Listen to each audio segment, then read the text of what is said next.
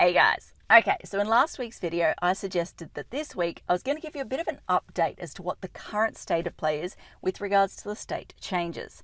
Now, if you're sitting there and you're going, state changes, what's she talking about? Or if I say things like granny flat wars or battles over granny flats and you're like, no, not getting you, go back and watch the last video that I did at the end of last year because I talked through this whole issue and the history or backstory as to how we got to this point. Once you're up to speed as to what I'm talking about, there's probably 5 or 6 things I want to go through today. First and foremost, you need to understand that there is no grace period. So these changes came into effect in December and they were effective immediately. So from that point forward, Council could no longer accept applications for proposals that were affected by these changes. Next thing you need to understand is that these changes only impact on MCU applications. Within Brisbane, 95, maybe 99% of the time, MCUs are new houses, building works are renovations and extensions. So if you've got a proposal for renovations and extensions in Brisbane, these changes have no impact on you. It is business as usual.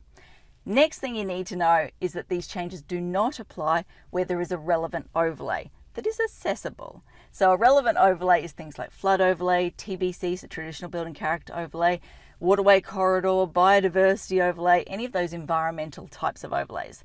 Now, I did say accessible. The example I give people all the time is flood overlay. So you can have the flood overlay on your property. No, not relevant. You can have the flood overlay encroaching into where you're doing the building work, but if you comply with the AOs, the acceptable outcomes, not relevant. Where it becomes a relevant overlay is where you're doing building work, in the example of a flood, which does not meet the AOs, so you're triggering a performance outcome and therefore triggering an application or assessment to council. That is the point where the changes no longer apply and you go back to being business as usual. So for us, I'd suggest the vast majority of our work is in traditional building character overlay areas, or we're triggering assessment for reduced undercroft heights in flood overlays, all of that sort of stuff. So for those jobs, business as usual. Now, the third thing I wanted to talk about was what is the actual process. So if you've got a MCU, there is no relevant overlay, you've done it now, so it's post the implementation date. Essentially, you no longer need a DA, but you do need amenity and aesthetics. So in the good old days, when I say the good old days, I'm talking about last year, what you did is you always triggered a DA and an amenity and aesthetics. Most people probably don't realise they triggered that A&A type approval because council just issued it as part of the DA. They threw it in as kind of like a freebie. Now that we don't have the DA trigger for, again, MCU only, no relevant overlay type applications, house applications, that A&A still triggers as a separate application. Now, here's the thing. There's a lot of people going around going, oh my goodness, height limits don't apply in Brisbane no more, like it's a free-for-all. Hate to break it to you guys, but the Dwelling House Code and the Dwelling House Small Lot Code are accessible via that amenity and aesthetics process. It's still going to be assessed by the town planners in council, so you're still going to get the same rules, the same thought process, the same methodology applied to those applications. At the end of the day, it's going to, in my personal opinion, going to be same, just slightly different. So instead of lodging a DA, you lodge an amenity aesthetics. Instead of paying $2,000 odd in council fees for a DA, you pay $900. I think it's $896, something like that fees. But before you get too excited, because when I first heard that, I was like, oh great, clients will save money. This is awesome. Yeah, unfortunately, you probably end up paying more money down the track when it comes to the siding variations because you're probably going to trigger more there, and those fees are like $600 or $700 a pop. So yeah, it's not really going to change things. Now, the next question I'm getting a lot at the moment is, okay, where's this going? Like, is it going to change or evolve? Now, when it comes to council, there is a lot of rumours going around out there that, oh, council's just going to slip a change in through under the state government's nose. Like they're going to do a minor change or they're going to do a TLPI or something like that, that the state government doesn't need to sign off on. That's how they're going to combat these changes. Been talking to a couple of people out there who used to work in this space, the state government space, and they're just like, yeah, we had to sign off on everything, like little typo corrections or grammar corrections. We had to sign off on that. So I don't see how council can make a change that can just slip through under our noses. Wait and see. Next thought or next question everyone's coming to me with is, oh, okay, is the state government going to realise how much of a poo show that they've created here? Like, I can't keep thinking about setbacks. People used to sit there all the time and they would just get so confused about, okay, so wait, setbacks, are they accessible under the town planning rules or are they accessible under the building approval rules?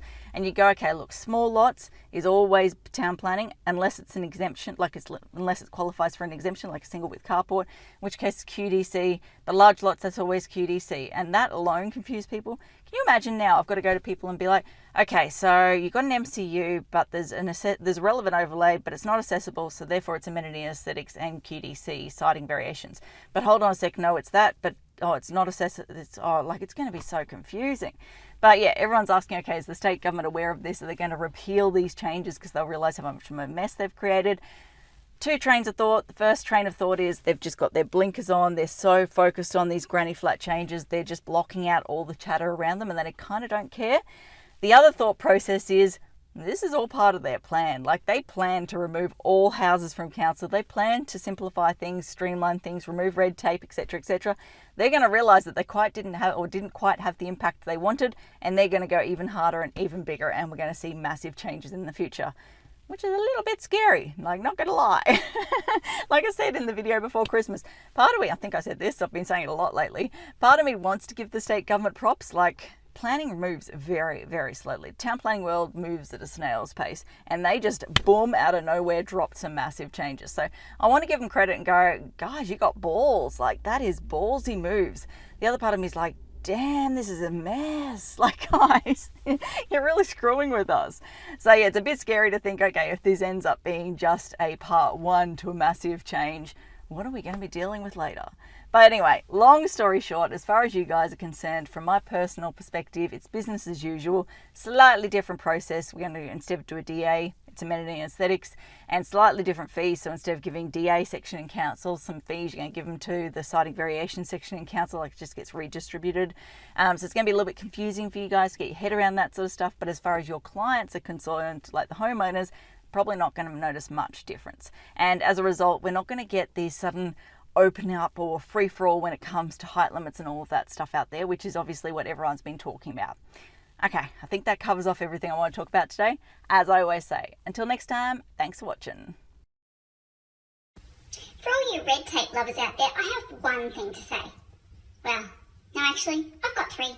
Number one, the advice provided in these videos is general in nature. It's not site specific.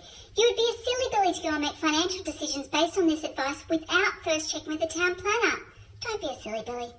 Number two, Brisbane town planning is in no way linked to Brisbane City Council. The views expressed in these videos are my own, not council's. So if you don't like them, blame me, not council. Number three, what was my number three? Oh yeah, the views expressed in these videos are accurate at the time of recording. If you're watching this video back 10 years from now, the views may not be so accurate. That's all. Bye.